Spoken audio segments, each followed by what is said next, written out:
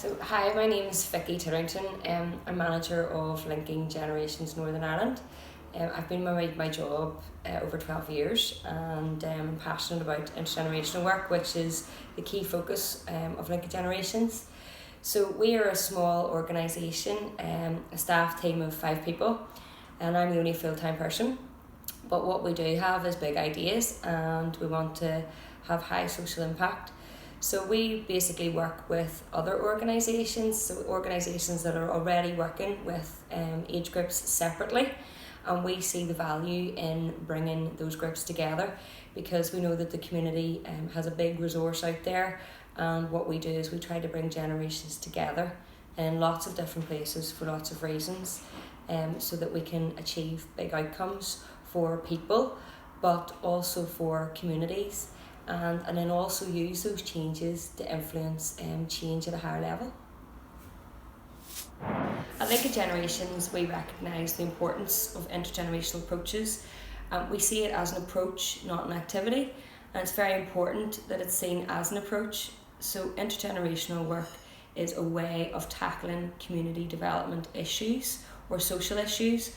So for instance, we take these big issues like looking at social isolation, or community safety, or good relations, legacy of the conflict in Northern Ireland, loneliness of all age groups. We look at the opportunities of using intergenerational to improve community capacity, for example, learning between generations.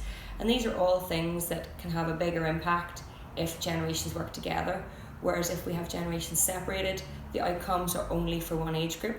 So why do it with one age group when you can do it with both? So what we do as an organisation is we constantly ask ourselves, why do we do intergenerational work? Does an intergenerational approach add value to the work of schools, to the work of older people's groups, to work in care homes? So we only respond to need. We don't think, oh, we would like to do this for the sake of it. We think, how can we add value with an intergenerational approach? So intergenerational work is specialist. It has a specific set of principles, and it is grounded in community need.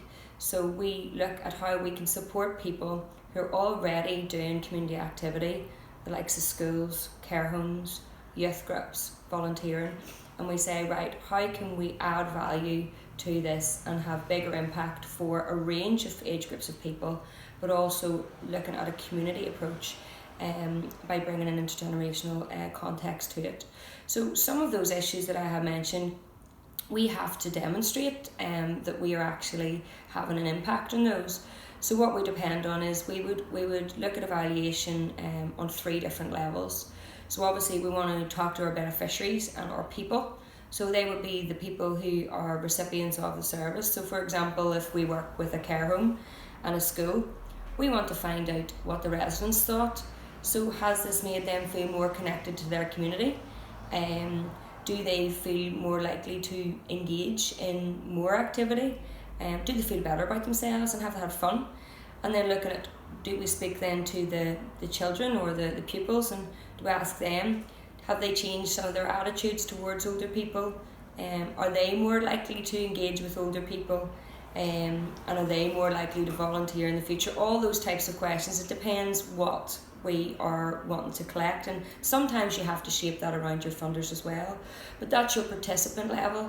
But it's also so important to look then at the practice level. So how has the work that we've done or the model that we've created impacted on the practice of other organisations? So for example, you could do that great project, but if the workers in the care home and the teachers in the school don't take that on or don't take learning from it, then nothing really changes. So it's important to speak to them and say to them, how has your involvement in this shaped how you will work in the future or shaped your practice? And then the next level, which is really interesting for Linking Generations, is that kind of strategic level. So how do we use this evidence? How do we collect this evidence in a way that we can use it to inform, say, educational policy, or policy in care homes, or volunteering opportunities that are linked to specific award programs for kids. So because the whole idea of intergenerational work is it's mutually beneficial for everybody. So whether it's mutually beneficial for the younger and the older people, or for the organisations involved, we follow that ethos. So I think collecting your data is very, very important. And I would say that as a small organisation, linking generations wouldn't be where they are today if we didn't have successful feedback from the people we've worked with. You? So at Linking Generations, we have been getting support from CENI, Community Evaluation Northern Ireland, taking part in their Inspire and Impact programme events, but also some sort of support for our organisation with evaluation. And it's really useful because you think you know what you need to collect, but in tying your work to those bigger societal outcomes, it's really useful to have some advice and guidance on how you collect your data and how you say, well, how did we actually achieve that outcome, or what have we got to do with that massive outcome? Well, actually everybody's working together on those, particularly looking for us at community planning and how our work fits within outcomes that we might not have seen seen our contribution to. But it's really, really useful to work with a specialist in that area, and I couldn't recommend CENI and the Inspire and Impact programme enough.